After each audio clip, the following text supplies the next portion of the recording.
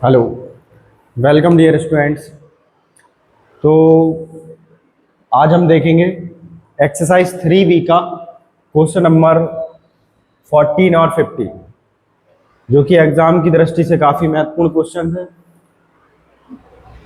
5-5 number तक भी ये क्वेश्चन 4 नंबर तक आ सकते हैं तुम्हारे, ठीक है। तो देखेंगे इनको कैसे करेंगे। क्वेश्चन में दिया है, यदि ए बराबर दिया है, ए एक मैट्रिक्स है, बी एक मैट्रिक्स है और सी एक मैट्रिक्स है, तो तुम्हें ए प्लस बी तथा बी माइनस सी का मान परिकलित करना है। पहले तो ये दोनों फाइंड करना है, उसके बाद सिद्ध करना है कि ए plus b minus c equal होगा ए प्लस बी माइनस सी। मतलब पहले बी माइनस सी निकालना होगा, उसके बाद ए में से प्लस करने होगा उसको। इसी तरह पहले ए प्लस बी निकालने होगा, फिर सी माइनस करना होगा उसको। समझ गए? जैसे अपन ने कौन सा सहचर नियम सत्यापित किया था पहले के क्वेश्चंस में।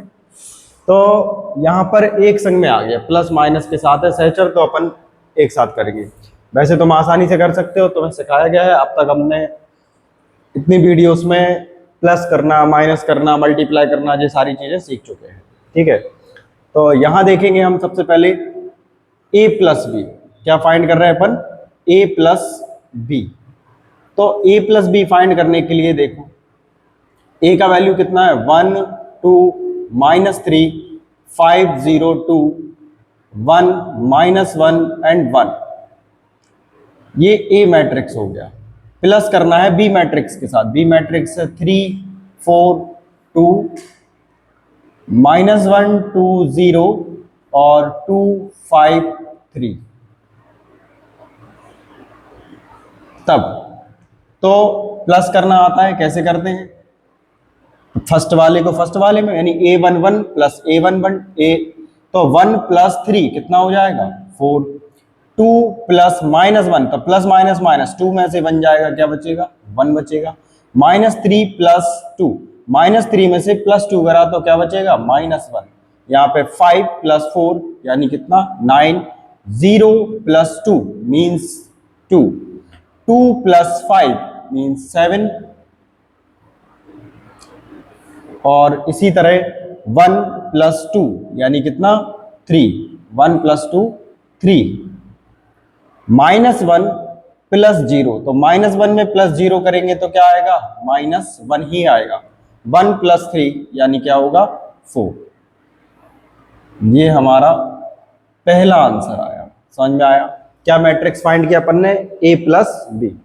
सेकेंडली अपन को देखना है बी माइनस सी मैट्रिक्स। तो पहले निकालते हैं V माइनस सी। बी माइनस सी कैसे आएगा? पहले मैट्रिक्स बी के वैल्यू रखो। बी के वैल्यू क्या है? बी का वैल्यू ये रहा, 3 4 2 -1 2 0 2 5 और 3। ये हो गया तुम्हारा बी मैट्रिक्स। इसमें से माइनस करना है सी मैट्रिक्स। सी मैट्रिक्स है तुम्हारा 4 0 1 और 1 3 -2 2 2 3। समझ गए? ध्यान से देखें। तो अब माइनस करेंगे डायरेक्टली, किस तरीके से होगा? यहां देखें, 3 में -4, तो माइनस का 4 हो जाएगा, प्लस का 3। -4 में से +3 होगा तो क्या बचेगा? -1। यहां पे -1 -1, तो -1 -1 -2 2 -2 मीन्स 0। 4 -0 मीन्स 4। 2 -3 -1। 5 -2 सो बचेगा 3। 2 -1 मीन्स 1। 0 -+ 2, 0 -+ 2 तो क्या आएगा? +2। 3 -3 मीन्स 0। ये आ गया तुम्हारे पास सेकंड आंसर, जो कि तुम्हें फाइंड करना था। क्या? बी माइनस सी। अब हम देखेंगे जो हमें प्रूफ करना है, वहां आएंगे। तो प्रूविंग में क्या है अपने पास?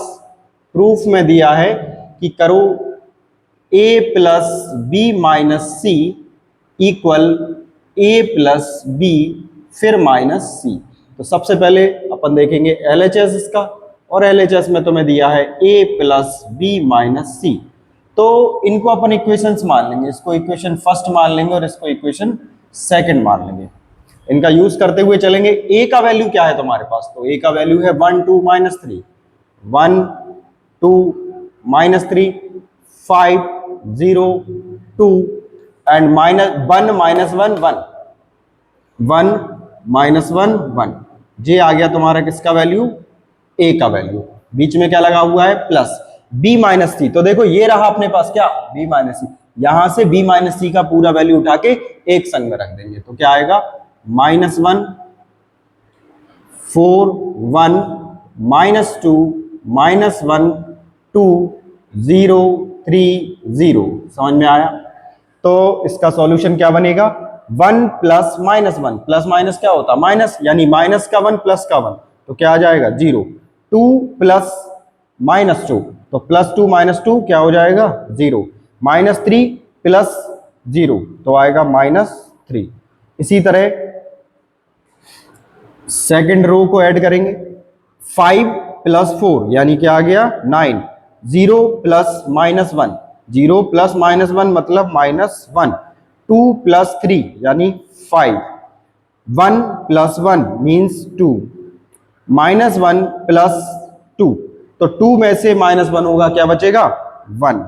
समझे, यहां 1 प्लस 0 मीन्स 1। तो ये तुमने निकाला इसका कंप्लीट LHS। अब हम चलेंगे किसकी तरफ, RHS। तो इस साइड लिख लेंगे RHS।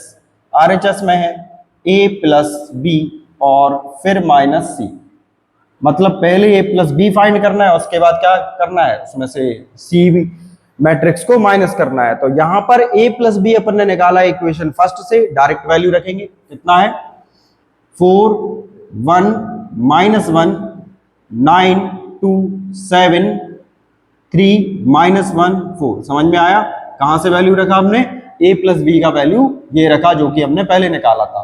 फिर रखेंगे -C, C का वैल्यू है 4 1 2 0 3 2 1 -2 और 3। समझ में आया। तो इनको सब्ट्रैक्ट करो, 4 -4 क्या आ गया 0, 1 -1 क्या आ गया 0, -1 -2 तो क्या हो जाएगा -1 -2 यानी -3। समझ में आया, यहां पे आया -3। फिर बचा तुम्हारा 9 -0, सो 9 2 -3 मतलब -1, 7 -2 क्या आएगा 5, 3 -1 तो आ जाएगा 2, -1 -1 और माइनस माइनस +2, तो +2 में से -1 होगा, क्या बचेगा 1, 4 -3 तो क्या बचा 1। तो अब हम कंपेयर करेंगे किसको, LHS और RHS को। तो देखो इन दोनों को जब हम देख रहे हैं कैसे दिख रहा है, एकदम सेम दिख रहा है। जो LHS में 0 9 2 0 9 2 0 -1 1 0 -1 1 -3 5 1 -3 5 1, मतलब LHS is equal to RHS। यहां लिखेंगे LHS, left hand side equal to right hand side, और यही तुम्हें क्या करना था, प्रूव्ड। समझ में आया सभी को, प्रूव्ड दैट। एक बार फिर से रिवाइज करके सभी लोग देखेंगे, जिससे कि तुम्हें और अच्छे से एकदम क्लियर हो सके। तो आपको एग्जाम में इसी वे में करना है सवाल, 3 से 4 नंबर, 2 नंबर, 5 नंबर, कितने में भी हो एग्जामिनर अपने हिसाब से दे सकते हैं सम्स को। समझ में आ गया, चलिए देखिए। तो आगे पहुंचते हैं क्वेश्चन नंबर 5 पर। क्वेश्चन नंबर 5 क्या दिया है तुम्हें, क्वेश्चन नंबर 5 में मैट्रिक्स A दिया है, मैट्रिक्स B दिया है, पर एलिमेंट अपॉन में दिए, कोई दिक्कत नहीं है। और अब हमें फाइंड करना है 3A माइनस 5B। तो देखेंगे कैसे फाइंड करेंगे 3A माइनस 5B। तो 3A माइनस 5B के लिए 3 और फिर मैट्रिक्स A, तो मैट्रिक्स A का वैल्यू रखेंगे। मैट्रिक्स A दिया है 2y3 1y3 7y3 और 1 2y3 2, यहाँ पे 5y3 4y3 2y3। समझ में आया सभी को, वेरी गुड। -5 मैट्रिक्स B, तो मैट्रिक्स B क्या है, यहां दिया है अपन को, इसको उठा के यहां पे ट्रांसफर करो तो ये आ जाएगा 2y5 3y5 एंड 1। फिर दिया है 1y5 2y5 4y5 7/5, 6/5 और 2/5। समझ में आया? जब हम मल्टीप्लाई सीख रहे थे तो हमने क्या सीखा था, अगर कोई नंबर कांस्टेंट है तो उसका मल्टीप्लाई अंदर सभी एलिमेंट्स में होता है, ये चीज सीखी थी हमने। तो अब हम क्या करेंगे, सभी में, यहां पे क्या है 3 है, 3 का मल्टीप्लाई सभी में करेंगे अंदर, इसी तरह 5 का मल्टीप्लाई सभी में करेंगे अंदर। समझ में आया? बिल्कुल।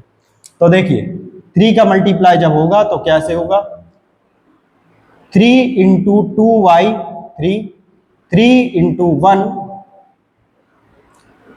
3 इंटू 5/3 और यहाँ 3 इंटू 1/3, 3 इंटू 2/3, 3 इंटू 4/3, 3 इंटू 7/3 और 3 इंटू 2 और 3 इंटू 2/3। समझ में आया?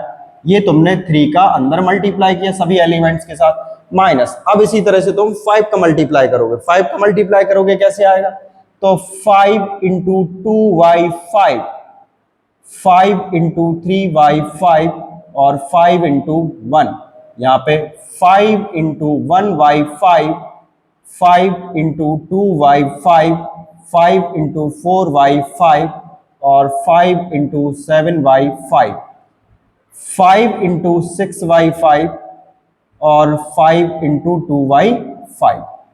चलिए, तो ये तुमने मल्टीप्लाई करा। मल्टीप्लाई करने के बाद क्या करेंगे, तो हम देख रहे, देखो यहाँ 3 से 3, 3 to 3, 3 से 3 और ये भी 3 से 3 कैंसिल, 3 से 3 कैंसिल, 3 से 3 कैंसिल, 3 से 3 कैंसिल।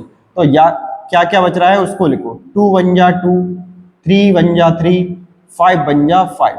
यहाँ पे आया 1 1 जा 1, 2 1 जा 2, 4 1 जा 4, 7 1 जा 7 और 3 2 जा 6 और 2 1 जा 2। समझ में आया?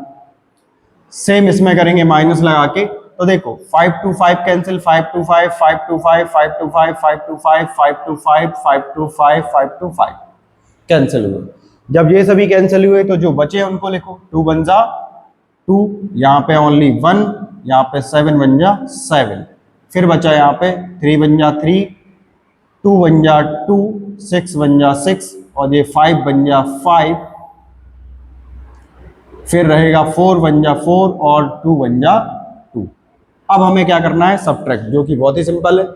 कैसे करेंगे, 2 सब्ट्रैक्ट 2 क्या आ गया, 0, 2 subtract 2 0, 3 subtract 3 0, 5 subtract 5 0, 1 subtract 1 0, 2 subtract 2 0, 4 subtract 4 0, 7 subtract 7 0, 6 subtract 6 0, 2 subtract 2 0। तो हमें सारे एलिमेंट्स क्या मिले, 0 मिले। ऐसे मैट्रिक्स को अपन क्या कहते हैं, जीरो मैट्रिक्स कहते हैं, इसलिए इसका वैल्यू भी क्या होता है, 0। समझ में आया? यही इसका आंसर होगा। बताइए कोई दिक्कत? तो अब हम देखते हैं क्वेश्चन नंबर 16। ठीक है, क्वेश्चन नंबर 16 कैसे किया जा सकता है, ध्यान देंगे सभी लोग। क्वेश्चन नंबर 16 है तुम्हारा, क्वेश्चन 16। क्वेश्चन 16 में तुम्हें दिया है ए, मैट्रिक्स ए दिया है 0 I I 0 और कहा गया है कि जहां पे I square is equal to -1, तो तुम्हें फाइंड करना है ए स्क्वायर व ए क्यू। ठीक है, ये दो चीजें तुम्हें याद करना है। तो देखेंगे कैसे। तो आई स्क्वायर, आई को तो जानते हो सब लोग, अभी नहीं जानते होगे क्योंकि आपने कॉम्प्लेक्स नंबर चैप्टर नहीं पढ़ा है 11th क्लास का। अगर पढ़ा है तो बहुत आसानी से समझ रहे होगे। आई बराबर क्या होता है, √-1 और आई स्क्वायर का वैल्यू हो जाता है -1।